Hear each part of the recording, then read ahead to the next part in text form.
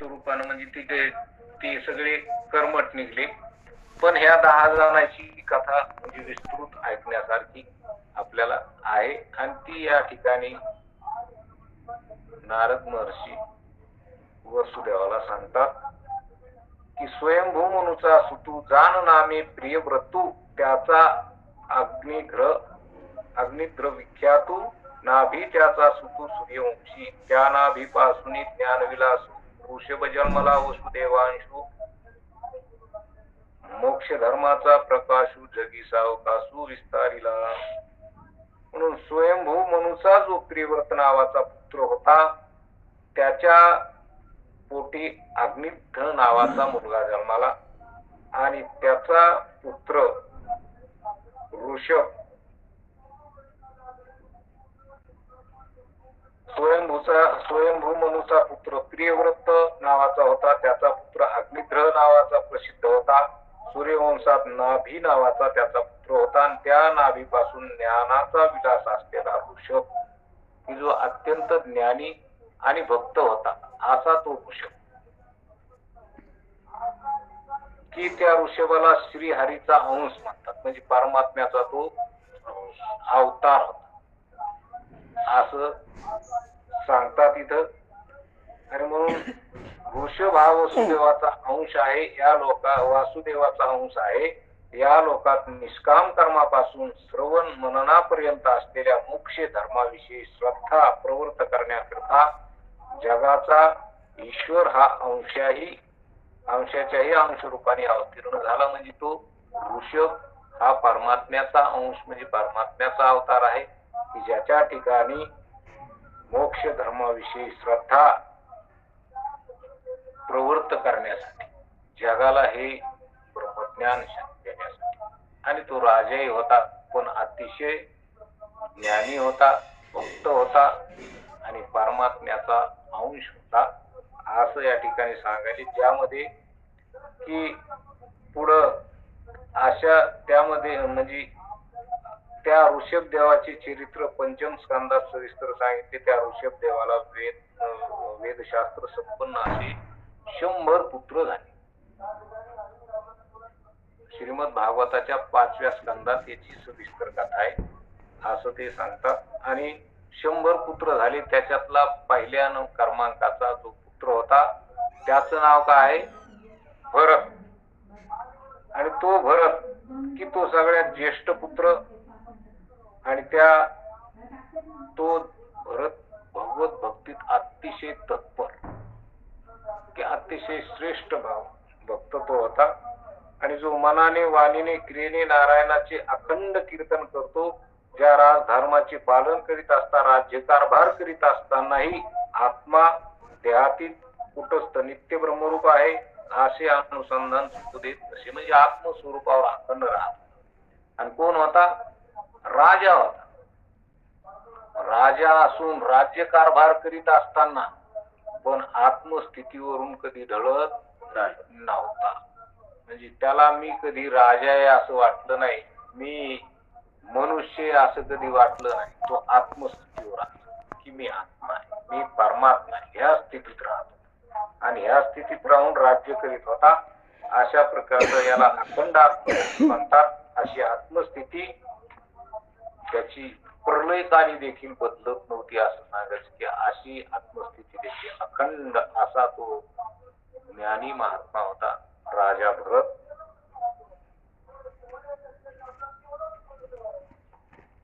पुढे सांगतात की त्या भरताने 10 दिशाचा परिसर जिंकला. म्हणजे त्याने दिगमन मंडल जिंकले, समुद्र वलयांकित राज्य केले, नानाविध भोग भोगिले जे नाही देखिले सुरवरी. अनुकूल स्त्रिया पुत्र, अनुकूल मंत्री पवित्र, अनुकूल राज्य सर्वत्र ते त्यागिले विचित्र नाना भोग. ऐसे भोग भोगलिया पाठी सांडुनी वलयांकित राज्य सृष्टी. स्वय निघाला जग जेठी स्वहित दृष्टी हरिभजनी. की ज्याचे समुद्रावलंकित पृथ्वीचे राज्य म्हणजे की सगळी पृथ्वीवर ज्याची राज्याची म्हणजे ज्याची सत्ता झाली की ज्यांनी अनेक राज्य जिंकले, इंद्राधिकाने बघितले सुद्धा नाहीत असे नाना प्रकारचे भोग भोगले त्या भरत राजे. एवढा मोठा राज, एवढी त्याच्याकडे श्रीमंती, अनुकूल स्त्रिया, अनुकूल पुत्र, अनुकूल आचरणाने पवित्र असलेले मंत्री त्याचे, सर्व प्रांतात, सर्व देशात, सर्व खंडात अनुकूल राज्य, नाना प्रकारचे चित्र विचित्र भोग हे अनुकूल असूनही या सर्वांचा त्याने त्याग आणि सगळ्याचा त्याग करून तो भजन करण्यासाठी, परमात्म्याचं चिंतन करण्यासाठी वनात निघून गेला. सगळ्या राज्याचा काय केला? त्याग केला. सगळं एवढं सगळं असताना अनुकूल स्त्रिया, अनुकूल पुत्र, आपल्याला एखादा प्रतिकूल झाल्यावर वैराग्य होत आहे की नाही? ते अनुकूल, सगळे अनुकूल असताना वैराग्य होईल का? शक्य नाही. आपल्याला संसारात थोडस जरी अनुकूल किती असलं, आपल्याला अनुकूल नसतंच, पण जरा थोडस जरी अनुकूल असलं तर बरंच वाटतं. आपल्याला प्रतिकूलचे प्रसंग किती बी येतात, आपल्याला खूप प्रतिकूलता आपल्या समोर येते, पण आपल्याला कधी वैराग्य होत नाही. पण ते आत्मज्ञानी होता. आणि वैराग्य म्हणजे की त्या काळातली जी राजे होती की ते उतार वया, की ते राज्य सोडून, राज्याचा त्याग करून, अशा बऱ्याच राजाच्या कथा की ते वनात चिंतन करतात. वनात किंवा ऋषी मुनी असे महात्मे भेटत राहत होते. आणि त्यांच्या संगतीत जाऊन आत्मचिंतन करायचं, त्याच्या सोबत राहायचं आणि आपलं आत्मकल्याण करून घ्यायचं. कारण वयाच्या उतार वयात एकदा 50 ओलांडली की आपण समजावं की आपलं आता संसारातलं संसारातलं आता आपलं अधिष्ठान जे ते आपण सोडून द्या. आता आपण वानप्रस्थ होऊन परमात्म्याची भक्ती करा. आणि तसं पूर्वीचे लोक हे करीत होते. मोठे मोठे राजे जरी असले तर आपण इतिहासात बरेच बघतो की अशी त्यांनी संसाराचा त्याग करून वानप्रस्थ धर्म स्वीकारून, है की नाही, वानप्रस्थ वर्णाश्रम स्वीकारून ते वनात निघून जाईल. त्याच्या प्रकारचा हा भरत राजा सगळी परिस्थिती अनुकूल असताना, एवढा असताना ते वनात निघून जातात. आणि असे पहा की त्याच जन्मात मोक्षपदावर आरूढ व्हावा व त्याच्या 3 जन्म जो लोक राज्येश्वरी भक्तात त्यांना कधीही वैराग्य होत नसते. पण भारताने मात्र आश्चर्यकारक युक्ती केली. राज्यभोगाचा त्याग करून श्रीपती हरीची सेवा केली. पण त्याच जन्मात मोक्षपदावर आरूढ व्हावा, पण त्याच्या 3 जन्म घेण्याला एक कारण घडले. तेही कारणाचा प्रतिबंध सांगतो आहे. एवढं त्याने आत्मज्ञान संपादन केलं, वनात निघून गेला आणि ह्याच मनुष्य देहात आपला उद्धार व्हावा हे प्रत्येकाला वाटलं पाहिजे आणि झालाच पाहिजे. नाही झाला तर हा देह हातचा जर निघून गेला तर पुन्हा भेटन म्हणून हे काय सांगताय. येण्याची शरीरा येणे सरे किंबहुना एरधारा चिरा, आणि जर नाही चिरा पडेल तर मग एरधार तशी. म्हणून परमात्मा प्राप्ती, परमात्म्याची प्राप्ती ह्या नरदेहातच होते आणि ह्या जन्मात आत्ता झाली पाहिजे. पुन्हा नरदेह भेटन म्हणून सांगता येत नाही, भेटत नाही. कारण आपण शेवटची पाळी एक मनुष्य जन्म चुकल्यावर हेरा पडे. पण हे जर जन्म मनुष्य जर वाया घातला, भक्ती न करता जर गेला तर पुन्हा भेटणार नाही. आणि कोणती वासना पुढे येईन, कोणता जन्म घ्यायला लागेल हे काय सांगता येत नाही. म्हणून वासना ही जन्माला कारण आहे.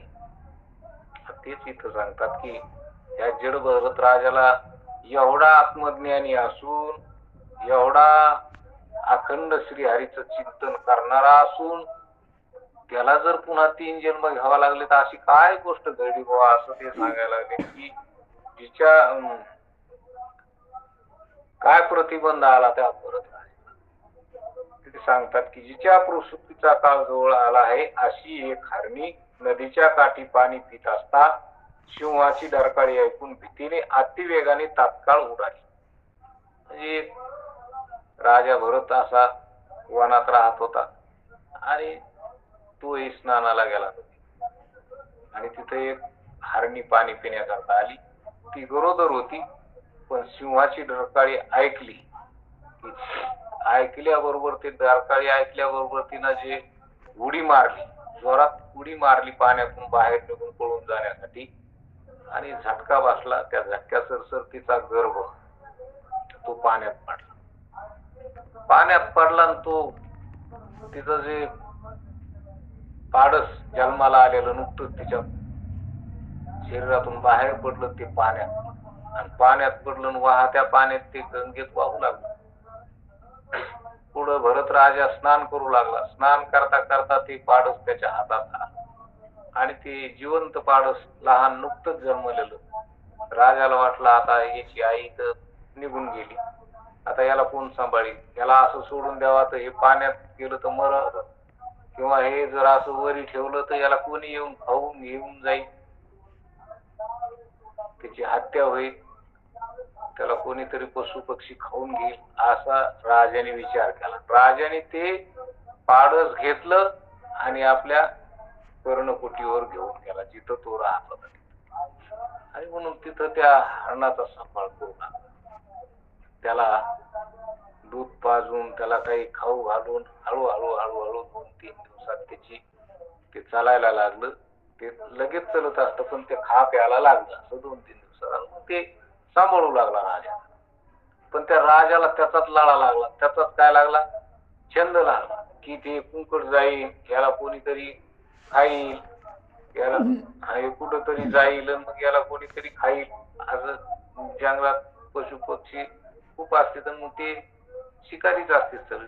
तसं याची शिकार होईल, याला कोणतरी खाईल, याचा प्राण जाईल असा राजाने चिंतन करायला विचार करायला सुरुवात केली. चिंतन करायला सुरुवात केली. आत्मज्ञानी असणारा भरत राजा पण तो त्या हरणात त्याचं मन गुंतलं, हरणात त्याचं चित्त लागलं. आता परमात्म्याची भक्ती करायची ती विसरला. तो भक्तीच करणारा होता, कधीच विसरलेला नव्हता.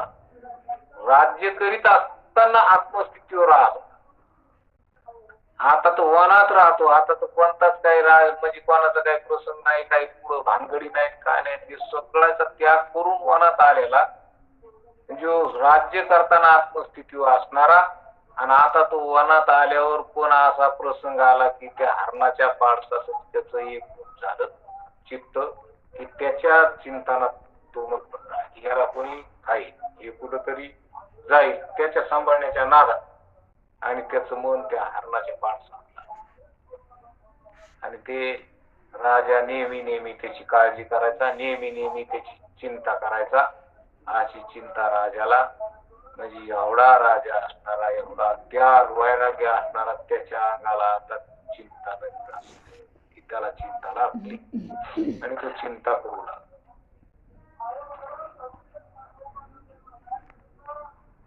म्हणून स्नान संध्या कोणतेही कर्म करताना क्षणाला ते त्या त्याला त्या हरिण बाल लहान पाडस ते आठवायचं. मंत्र जप किंवा देवदेवताच्या ध्यानाला सुरुवात करताच भरताची मन मृगावर जायची, त्या पाडसावर जायची. ते आपला जप तप जे काय असून विधियुक्त आचरण परमात्म्याचं चिंतन करायचं. हे सगळं करताना पण हरण ध्यान द्यायचं. तेव्हा बी काय यायचं ते हरणाचं पाडस ध्यानाचं. हे बाहेर पळण का, याला कोणी खाईल. तो बसला असता, निजला असता, जेवण करीत असता क्षणाला हरिणच त्याला आठवत होते. एखाद्या वेळी हरिण दृष्टीस न पडला तर ध्यान करावयास बसला असताही ध्यानाचा त्याग करून खडबडून उठत अशी तो त्याला शोधून आणीत असे. कुंकड गेलं की लगेच उठायचा आणि त्याला शोधायचा. झोपेतून उठायचा, हाय काही पळालं बाहेर गेलं ग. त्याच्या रक्षणात तो अखंड राजा त्या हरणाची चिंता चिंता करू लागला आणि हरणाची त्याला इतकी गोडी लागली की त्या हरणाला तो क्षणभर बी विसराना. म्हणून भरत हा स्वभावाचा जर बघितला तर मोठा तपस्वी होता. तेथे काळ सुद्धा प्रवेश करणार नाही अशी त्याची शक्ती अवस्था होती भक्तीची. आणि असा असणारा तो राजा भरत पण आता त्या हरणाच्या चिंतेनं ग्रासले गेला. मग असं महाराज सांगतात इथं की याकरिताच असे जाण की विषयासक्ती जिथे आहे तेथे मरण आहे. जिथे विषयासक्ती आहे तिथं काय मरण आहे. कारण राजा भरताची एवढी भक्ती होती आणि तो एवढा आत्मज्ञानी होता, त्याला काळ सुद्धा त्याच्या पुढे काही करू शकत नव्हता. काळ म्हणजे जगा काळ काय आम्ही माथा दिला पाय. तुकाराम महाराज म्हणतात आम्ही काळाच्या माथ्यावर पाय देऊ. काळ सगळ्या जगाला खातो पण आम्हाला मात्र काळ गुलाम करी सलाम तुकया घरी राबत राबत असा अधिकार आत्मस्थितीत राहणाऱ्या महात्म्याचा असतो. असा अधिकार भक्तीचा असतो आणि असा अधिकार भरत राजाचा होता. पण एवढा अधिकार असताना त्या हरणाच्या चिंतेनं हरणाची आसक्ती जडली, आसक्ती लागली आणि जिथं आसक्ती तिथं मरण सांगितलं.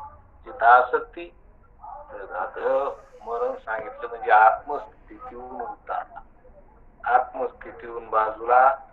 आणि आत्मस्थितीहून बाजूला झाला की विसरले कया थोर झाली, विसरले कया थोर झाली. आणि जसं वानर असतं ना, वानर झाडावर असतात, ते वानर सगळे झाडावर राहते, ते खाली येतच नाही. आले बी तर ते आले बी तर इकडं तिकडं सारखं पाहते. म्हणजे खाली आलं की त्याला माहिती खाली आलं की संकट, खाली आलं की संकट. झाडावर बसले की ते इकडं तिकडं पाहत नाहीत, मस्त बसते, मस्त उड्या हाणतेत, मस्त बसतेत. पण ज्यावेळेस एखादी काही वस्तू खायला घ्यायची असली, खाली असली तर ते उतरून येत पण इकडं तिकडं बघत. खाली आल्यावर ते सावध राहत. कसं राहत? सावध राहत. त्याला माहिती खाली गेलं तर आपल्यावर संकट येऊ शकते, कोणता एखादा प्राणी आपल्यावर हिंस्र पशु हल्ला करी. म्हणून ते सारखं टकमक इकडं तिकडं कावरी बावरी नजर असते त्याची. खाली आलं की कावरी बावरी नजर आणि वरी गेलं झाडाव की ते मोकळं राहत, कावरी बावरी नजर नसते त्याची. खेळत ते उड्या मारत, मस्त झाडाचा पाला खात, पण खाली आलं की कावरी बावरी नजर. तस खाली आला आत्मस्थिती आणि प्रपंचातल्या प्रपंचमध्ये तो एकदा आला खाली.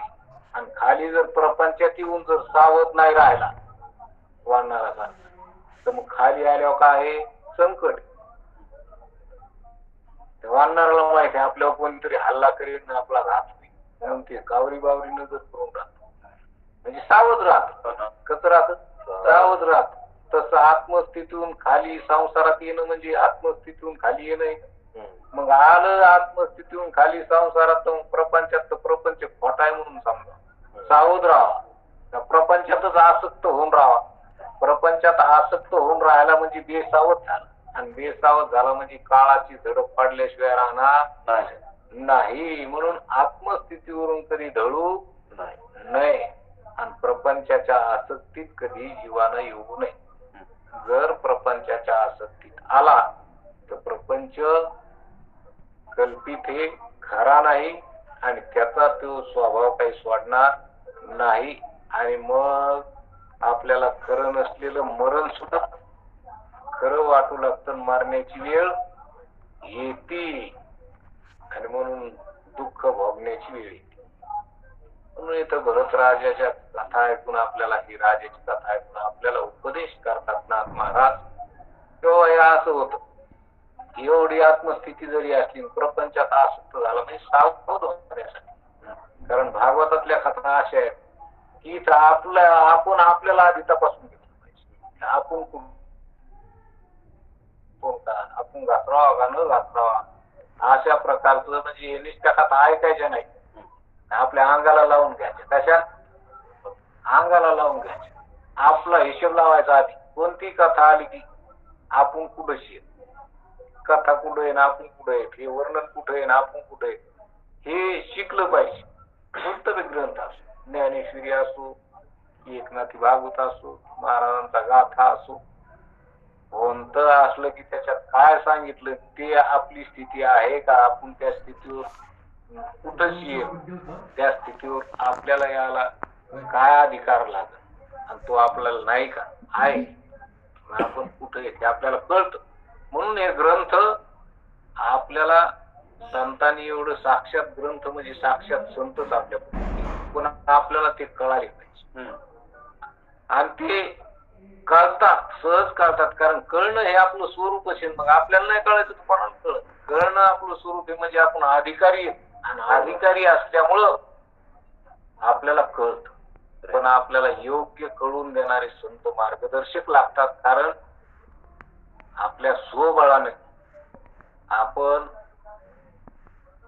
आत्मस्थितीवर जाऊ शकत नाही. कारण आपण ज्या अर्थी शरीर घेऊन जन्माला आलो त्या अर्थी शरीर हे कशाने मिळालं, शरीर हे कर्माने मिळालं, हे पापाने मिळालं. हे शरीर आपल्या भ्रांतीमुळे, आत्मस्वरूपाच्या ठिकाणी भ्रांती झाल्यामुळं, म्हणून या शरीर घेऊन आलो म्हणजे जीवच येत नाही का. मग आता जीवपणा काढून टाकला पाहिजे. जीवपणा जीवपणा गेला की देवच. जीवावगी देव, पोटा नागरी संदेह, जीव देवच. पण जीव भ्रांत असल्यामुळं त्याला जीव, कशाला भ्रांतीला. आत्म्याला जीव काऊन पदवी आली की आत्म्याच्या ठिकाणी भ्रांतीपणा कसा, आत्म्याच्या ठिकाणी तर येत नाही. पण आत्मस्वरूप, आपलं स्वरूप आत्मा आहे असं आत्मा न कळता हे आपल्याला म्हणजे आत्मस्वरूपाला विसर, आणि विसरला म्हणून मग शरीराला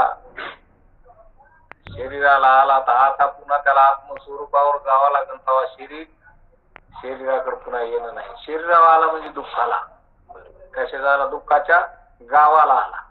दुःखाच्या गावाला आला म्हणलं किती सोय होईना आहे का नाही. पाहुण्याच्या गावाला गेला ही वायाच्या म्हणजे तिथं सोय होत असते. आता दुःखाच्या गावाला आला म्हणल्यावर तिथं काय, दुःखच भोगल. मग शरीर घेऊन आला म्हणजे शरीर दुःखाचं कारण आहे, शरीर दुःखाचं मूळ आहे. आणि मग शरीर ज्या अर्थी मिळालं त्या अर्थी जीव येत. आपण कोण आहेत, जीव येत. पण आपल्याला कळालं की मी परमात्मा आहे, मी सच्चित आनंद आहे, की जीवपणा उठला. काय झाला, जीवपणा उठला. आपण संतांच्या संगतीत असा ऐकावून तसा निश्चय झाला पाहिजे. नुसतं बोलणं, नुसती बडबड करणं बी योग्य. बडबडी जीवानी आपला सत्य बडबड नाही जमत, ते अंगात मुरलं पाहिजे. काय झालं पाहिजे, मुरलं पाहिजे. तुका म्हणे अंगी व्हावे ते आपण, तरीच महिमान कळवय. आपण अंगाने तसं झालं पाहिजे. नाही तर नुसत्या ऐकायच्या गोष्टी आणि सांगायच्या, बोलायच्या तोंडातून तसं काही आत्मज्ञानात नसतं. मग हे संतांचे ग्रंथ जसं आपण सांग्यान करूया तेथे कैचे ब्रह्मज्ञान, जेथे वशे धनमान, जेथे वशे धनमान तेथे ब्रह्मज्ञान असे ना. अशा प्रकारचं की सांगणं निस्तन बोलणं म्हणजे हे काय खरं नाही, ते अंगात उतरलं पाहिजे, अंगात मुरलं पाहिजे. की आपण एक एक गोष्ट जशी चिंतनात घेतो आणि ती एक एक गोष्ट आपल्या अंगाला आपण लावून घेतली पाहिजे, आपण ती आत्मसात केली पाहिजे. आणि म्हणून आपण मग विसरणार नाही. आत्मस्वरूपाला आपण विसरतो का, मग आत्मा हे आपलं स्वरूप आहे, आपल्या स्वरूपाला आपण न विसरणं म्हणजे मग तो मुक्तच आहे. आणि जर विसरला तर विसरले तया थोर झाली आणि पचतीन खाणी 84 विसरलं की 84 लक्ष योनीला जावा. एक एक योनी कोटी कोटी केव्हा लागे वारा मनुष्याचा, कधी मनुष्याचं शरीर भेटत. कारण उद्धार होण्यासाठी ते लागतं ना, आणि ते जर नाही भेटलं तर उद्धार होणं शक्य नाही. म्हणून हे विसरणं म्हणजे की लय मोठी हानी. म्हणून परमात्म्याला कधीच विसरू नाही, म्हणजे आत्मस्थिती कधी विसरू नाही. नित्य आत्मस्थितीवर असलं पाहिजे. आणि आत्मस्थितीवर नित्य राहण्यासाठी काय करावं लागेल, आत्मस्थितीवर नित्य राहण्यासाठी आत्मचिंतनच केलं पाहिजे. काय केलं पाहिजे? आत्मचिंतन. सततम कीर्तयंतो मा दिन रजनी हाची धंदा गोविंदाची पवाडी. आत्मचिंतन केलं पाहिजे. मग आत्मचिंतन कसं करायचं? संतांच्या संगतीत करायचं. आणि संतांच्या संगतीत एक एक ग्रंथ, एक एक ओवी तिचं मस्त चिंतन करायचं. काय सांगितलं नाथ महाराजांनी बाबा यावं. आता आपल्याला एवढा टाइम नाही, पण आपल्याला एवढं भागवत सांगायचं म्हणून आपण चालवलं इथून तिथलं. आपण जसं आपलं रोजचं चिंतन आहे तसं नाही ना. आता हे काय आता एका श्लोकातून दुसऱ्या श्लोकात, दुसऱ्या तिसऱ्या, पुढं पुढं पुढं थोडं थोडं हप्त्याला एक प्रवचन करायचं म्हणजे भागवत किती वर्ष लागतील? आपलं 14 अध्यायाला किती झाली? 4 वर्ष झाली. या जानेवारी पूर्ण किती होते? 4 वर्ष 14 अध्याय. आता हे 31 अध्याय आणि हप्त्याला एक म्हणल्यावर किती दिवस लागतील सांगता येत नाही. सारांश रूपानं काय करायचं थोडं. अशा प्रकारची जी कथा आहे आपल्याला आत्मसात करण्यासाठी आपल्याला हे की राजा भरत एवढा आत्मज्ञानी असून, एवढा आत्मस्थितीवर असून त्याच्या ठिकाणी आता काय झालं की त्याच्या ठिकाणी हे चिंता लागली. तो आत्मस्थितीहून घसारला, ढाळला आणि त्या पाळसाच्या चिंतनात लागला. देवाचं चिंतन करायचं सोडून कशाचं करायला? हरणाच्या पाळसाचं चिंतन करायला.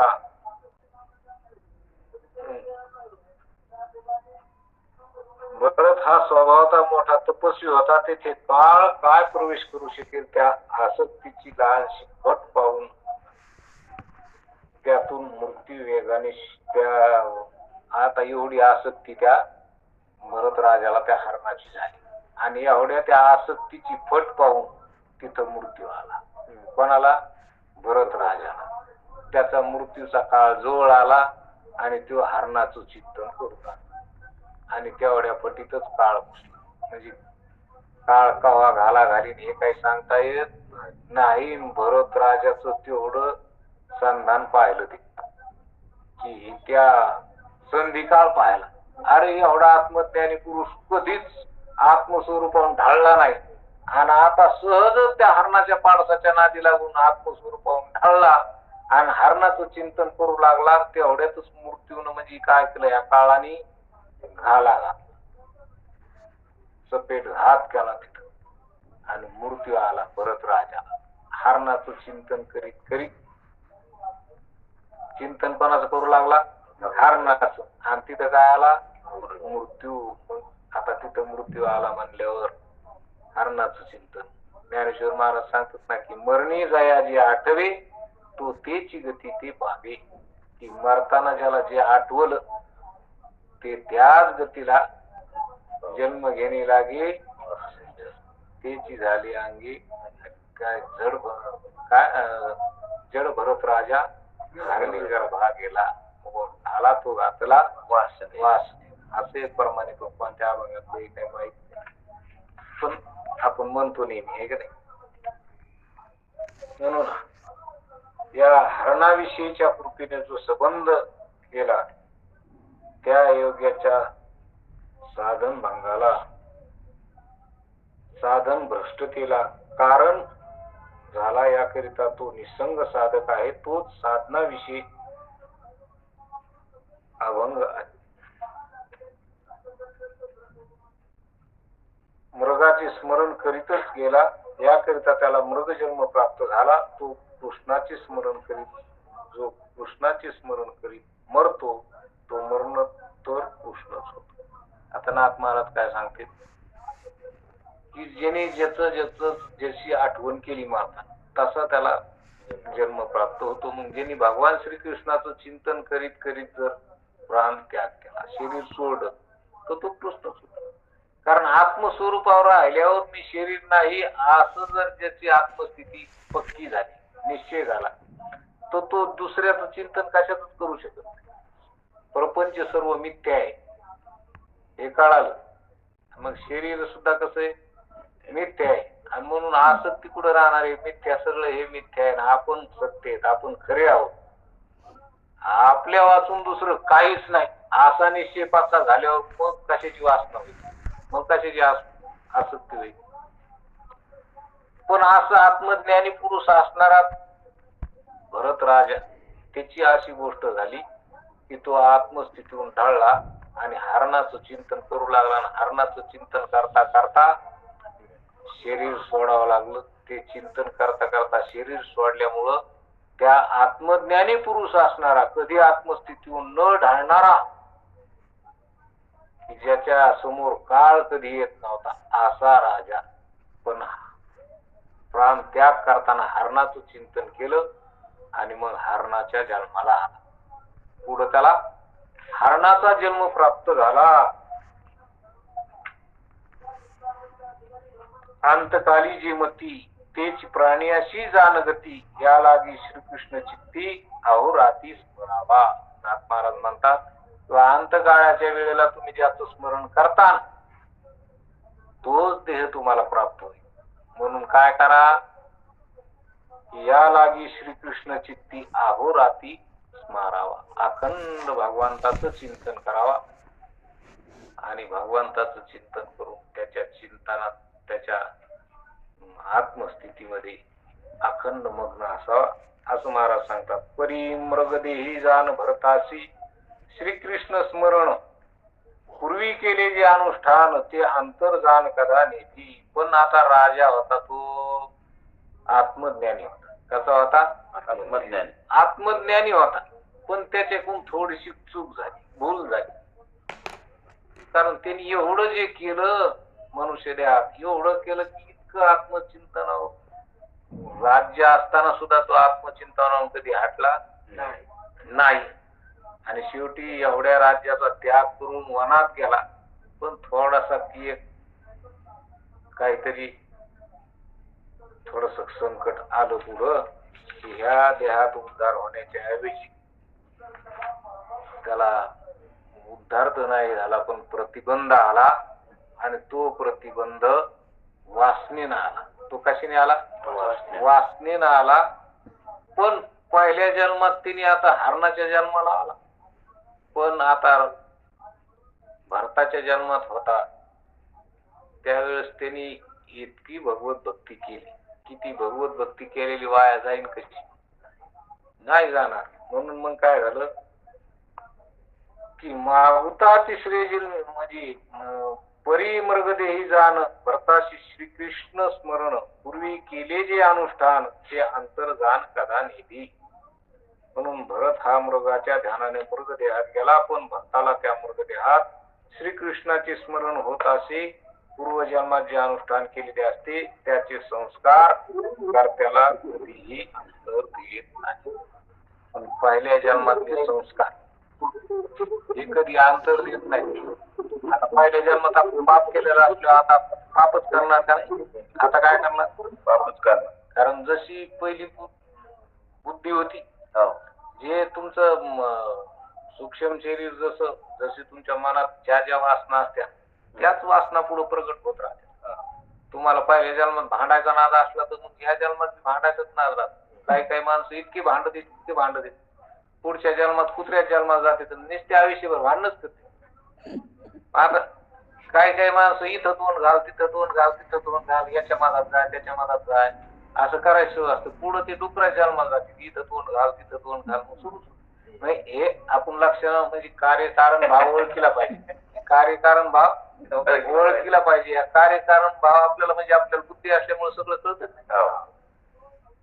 आता तुम्हाला काल ते दिवशी गोष्ट सांगितली होती. एक माणूस काय म्हणला की मला गावात करमतच नाही, शेतातच करमत, शेतीशिवाय मला करमतच नाही, गावात अजिबात मला झोप सुद्धा येत नाही, शेतीत मला इतकं पहिल्यापासून आधी शेतीचा की मला शेतीशिवाय दुसरं काही आवडत नाही. आणि शेतातून मला घरी सुद्धा यावं वाटत नाही, शेतातच मला राहावं वाटत. चांगली गोष्ट आहे, तुम्ही शेतातच राहणार आहेत. आता शेतात पुढच्या जन्मात ती शेतातच राहणार आहे. पुढच्या जन्मात तुम्ही डुकराच्या नाही तर हरणाच्या जन्माला जाणार किंवा दुसऱ्या कोणत्या पशुच्या वावरातच राहणार. तुम्हाला आवडत म्हणल्यावर काय होणार? तुमची आवड तुम्ही सांगायलाच म्हणल्यावर ते कुठं म्हणले का मला देव आवडत, तुम्हाला देवाशिवाय करमतच नाही, मला झोपलं तर बी देवाचे स्वप्न पडते, दिवस माझ्या स्वप्नात येतो, मला जागच करतो, कर भजन मग, कर चिंतन मग, असं म्हणतो. असं म्हणलं का एखादा कोणी? नाही. असं ज्या अर्थी म्हणतो त्या अर्थी पुढं काय होणार मग त्याचं? वावरात शिवाय मला करमतच नाही म्हटल्यावर मग आपण ते तिथंच राहणार का? नाही, शेतातच होणार. 24 घंटे. हो, 24 घंटे आनंद लुट. एखादा माणूस भजन करीत नाही, चिंतन करीत नाही, देवाचं काहीच करीत नाही, उभ्या जन्मात येऊन काय करीत नाही, नुसते घर बांधायचा ना, नुसते घरच बांधायचा ना. मग आता घरच बांधायचा ना, भजन केलं नाही मनुष्य देह, इथं बंगला बांध, तिथं बांध, इथं प्लॉट घे, तिथं. बरेच जण आता आपण पाहतो त्याच गप्पा आहेत. मग आता हे घर बांधायचा नाद लागला म्हणले पुढच्या जन्मात भूस व्हायचा नाही का? उंदीर व्हायचा नाही का? हो, करलं की लगेच एक बीळ केलं की लगेच दुसरं बीळ, लगेच तिसरं बीळ, म्हणजे त्याला घर करायची होती पहिले. आता बी तो घरच करतो. उंदीर होऊन काय करतो? घरात बशीत उकरीत बोकड पाडीत कुठं इथे झालं. म्हणजे हे जशी आपली वासना असेल, जशी पहिल्या जन्मातलं आपलं कर्म असेल, त्या कर्माची सवय असतील ती तेच करत ते पुढच्या जन्मात, अनेक जन्मात ती तेच करत. हे आपण विचारानं लक्षात घेतलं पाहिजे. तसं इथं महाराज सांगतात की भरताशी श्रीकृष्ण स्मरण पूर्वी केले जे अनुष्ठान ते अंतर्जान कदा नेती, की पहिल्या जन्मात भरताने जे अनुष्ठान केलं, जी भक्ती केली परमात्म्याची, तर ती भक्ती केलेली वाया जाईल कशी? म्हणून ते अखंड हरणाच्या जन्मात असताना सुद्धा श्रीकृष्णाचं स्मरण करीत. तो भरत राजा हरणाचा जन्म घेतला ना, तो हरिण अखंड श्रीकृष्णाचं काय करायचा? चिंतन करायचं, अखंड चिंतन करायचं. मागुता तिसरी जन्म पाहे तो जड भरत नामला आहे, तेथे तो निर्मत ममत्वे राहे, तेथे होय निर्मुक्त बहुता जन्मीची उणीव. येणे जन्मे काढिली बरवी, निजात्मा कळोनी जीवी, परब्रह्म पदवी पावला, ऋषभपुत्र उत्पत्ती, शतबंधू जाण निश्चिती, त्यात हे ज्येष्ठाची स्थिती, उरल्याची गती ते ऐका. आता काय म्हणाले महाराज की तो हरण अखंड श्रीकृष्णाचं स्मरण करीत होता. आणि हरण कुठं राहणार? जंगलात. जंगलात राहत होता तो ऋषी मुनीच्या कर्णकुटीच्या जवळ राहत. कुठं? कारण हरणाला बी पुढं भीतीच असते ना कोणातरी शत्रूची. कुणीतरी वाघ मला कुत्र काहीतरी येऊन त्याला काही धरू शकतो, म्हणून तो हरण. पण जड भरत राजा, म्हणजे भरत राजा होता तो. भरत राजा होता आणि तो हरणाच्या गर्भात आला म्हणून. पण पूर्वी श्रीकृष्णाची भक्ती केल्यामुळं श्रीकृष्णाचं हरणाच्या जन्मात सुद्धा काय करायचं? स्मरण करायचं. ऋषी मुनीच्या सानिध्यात राहत, त्या पर्णकुटीच्या भोवती. दुसरीकडे कुठे जात तिथं राहिल्यामुळं त्याचं रक्षण बी होत होतं. आणि मग तिथं राहून ऋषी मुनीचं चिंतन चालायचं, तिथं बसायचं. आता बरेच हरण नाही का आपल्या गावात, हरण आपल्या दिंडीत रोज येत होतं नव्हतं. त्याला किती लढा लागला माणसा. दिंडीला बी आपलं तिथं हरण यायचं, मौतीला बी कोणाच्या असलं की ते एक कुत्री होती आपल्या गावात, आपल्या प्रभात फेरीला रोज याची करायची, रोज सगळ्यात पुढं राहायची. काहीतरी पूर्वसंस्कार असल्याशिवाय होत का तसं? पूर्वसंस्कार असल्यामुळं ती तेवढी काय ना भक्ती त्याला ह्या जन्मात सुद्धा घडते. तसं हा हरण नामस्मरण करायचा, श्रीकृष्णाचं भजन करायचं, हरण देहात आणि ऋषी मुनीच्या भोवताली, त्या पर्णकुटीच्या भोवताली राहायचा. आणि असा हा वासनेनं काय झाला, हरणाचा जन्म भरत राजाला मिळाला. पण तो हरणाचा जन्म असा त्यांनी घातला आणि पुढचा तिसरा जन्म पुन्हा त्याला मनुष्य देह मिळाला. कारण त्याची भक्तीची एवढी आचाट होती. पण आता त्या वासनेमुळे त्या हरणाचा जन्म मिळाला. आता पुन्हा तिसरा जन्म, हरणातला देह संपला, त्या देहाचा त्याग केला आणि पुन्हा तिसरा जन्म म्हणजे पुन्हा मनुष्य शरीर मिळालं. आणि मग त्याच्यात त्याला जड भरत नाव. त्याला काय पडलं? जड भरत नाव. पण पूर्वीचा कोण होता? हा भरत होता. आणि तो भरत वर्ष नावानं आज बी आहे, की आज आपला भारत देश जो आहे, भारत नाव आहे ना आपल्या देशाचं, तो त्या भरत राजाच्या नावानं आज भरत राजा. अशा प्रकारचा हा आत्मज्ञानी पण वासनेनं घाला घातल्यामुळे हरणाचा जन्म एका देहात उद्धार व्हावा एवढा अधिकारी पण नाही झाला. हरणाचा जन्म घेऊन पुढचा जन्म घ्यावा लागला आणि मग पुढं तो मनुष्य देहात पुन्हा आला आणि त्याचं मग जड भरत राजा त्याचं नाव आहे का नाही. तर आपण ते परमान अभंगातला नाही आपण म्हणतो ना जन्म घेणे जड भरत राजा हरणगर्भी गेला वासनेने घाला घातला असं प्रमाण आहे ते. घाला तो घातला वासनेने. घाला तो घातला भरत राजा पुढे हरणीच्या गर्भाला गेला. भरत राजा हरणाच्या गर्भाला गेला आणि मग दुसऱ्या जन्मात जड भरत होऊन जन्माला. त्याचं नाव जड भरत. कशामुळे जड भरत की तो पुन्हा कोणासंग बोललाच नाही. म्हणजे बोलला तरी म्हणजे असं काहीच बोलला नाही असं जास्त. म्हणजे आपलं मौन अवस्थेत राहिलं. मौन अवस्थेत राहिलं. कशामुळं इतकं करून पहिलं एवढं आत्मस्थितीवर राहून एवढं करून जर त्या हरणानं आपला प्रतिबंध केला. आपल्याला काय केलं त्या हरणाच्या आसक्तीनं प्रतिबंध केला. आता तो म्हणला कोणाशी बोलायचं नाही आणि काही पाहायचं नाही काही करायचं नाही. गपचूप मनुष्य देहात राहायचं पुन्हा स्मरण करीत आहे आणि मग उद्धार झाला.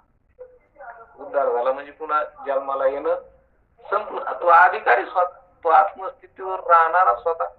आत्मस्थितीवर अखंड राहणाराच होता. पण तितकाच प्रतिबंध झाल्यामुळं त्याला पुन्हा म्हणून आता हे जे प्रमाण आहे जड भरत राजा हरणीगर्भाला गेला घाला तो घातला वासनेनं हे कोणाचा अभंगात नाही. हे मनाने कोणीच वाढली त्या अभंगातलं नाही. कारण त्याच्यात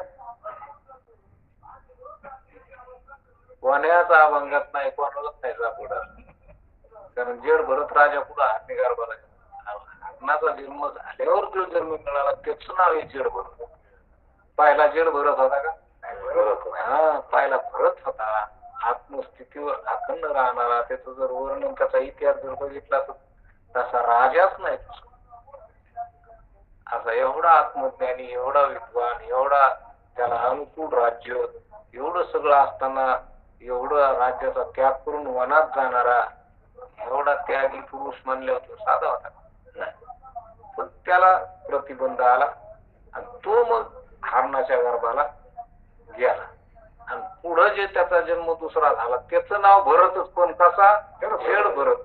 आता तो कुठं हरणी गर्भाला पण मग हे कोणीतरी जोडले आणि हे आपल्या सगळ्या महाराष्ट्रात प्रख्यात झालं. कारण हे कुठं कोणाला माहित असलं तर कोणी अभंग सांगितला पाहिजे. तो लगेच कोणालाच नाही माहित अभंग. पण त्या अभंगाचं प्रमाणे कधीच हे आपलं कोणीतरी जोडलं म्हणा आपण बी ते म्हणतो प्रवचनात त्याच्यात जड भरत राजा हरणी गर्भात. पुढे जड भरत राजा हरणीच्या गर्भाला गेला. हरणीच्या गर्भातून पुढे जड भरत राजा हरणी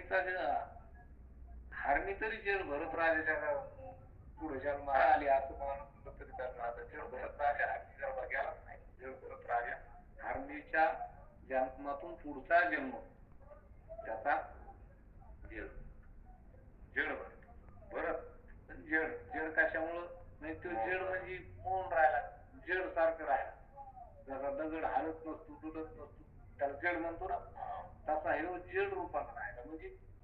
म्हणजे काय कोण राहिला हल्ला नाही डुलला नाही. त्याचं खाणं राहणं कसं असून ते आता एखाद्या चिंतनात ऐकायला भेटतो. पण तो आता मौनच राहिला आणि म्हणून त्याला वाटलं काही करायला जावं की वासना काही सोडी नाही म्हणून तो मला काहीच नाही का हो चिंतन. पण अशी ती कथा आहे आणि ती आपल्याला बोध करणारी कथा आहे. म्हणून या कथेतून आपल्याला काय बोध घ्यायचा तर एक भागवत धर्म कसा आहे की आत्मस्थितीवर राहिलं पाहिजे. आणखीन काही पुढे ते कथा सांगतात की हे ऋषभाचा पहिला पुत्र भरत राजा त्याची कथा थोडक्यात सांगितली. त्याच्यानंतर दुसरी 9 पुत्राची गोष्ट आता आपल्याला नाथ महाराज या एकादश स्कंदातून या भागवतातून सांगतात की ते 9 भरत राजानंतरचे 9 भाऊ म्हणजे ते 9 नारायण नावानं प्रख्यात होते. आणि त्या 9 नारायणाचा आणि जनक राजाचा संवाद ह्या पुढील कथेत पुढील श्लोकामधून सुरू होतो. आणि मग ते जनक राजा त्या 9 नारायणांना 9 प्रश्न विचारतात आणि त्या 9 प्रश्नाची उत्तर ते 9 नारायण देतात आणि ते 9 प्रश्न खूप चांगले ऐकण्यासारखे. तर ते प्रश्न आपल्याला 5व्या अध्यायापर्यंत हे चिंतन ऐकायचं. इतकं गोड चिंतन आहे.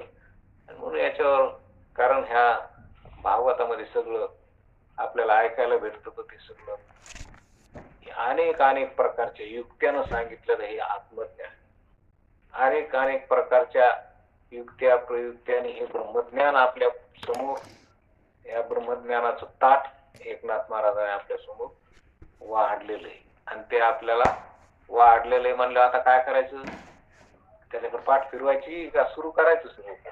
सुरू करायचं आणि ते ग्रहण करायचं चांगलं चवी ना घ्या. अशा प्रकारचं हे चिंतन आहे. आता बाकीचं पुढच्या हप्त्यामध्ये आपण याच्या पुढचं कुंडली गवळणा विठ्ठल श्री ज्ञानदेव तुकाराम.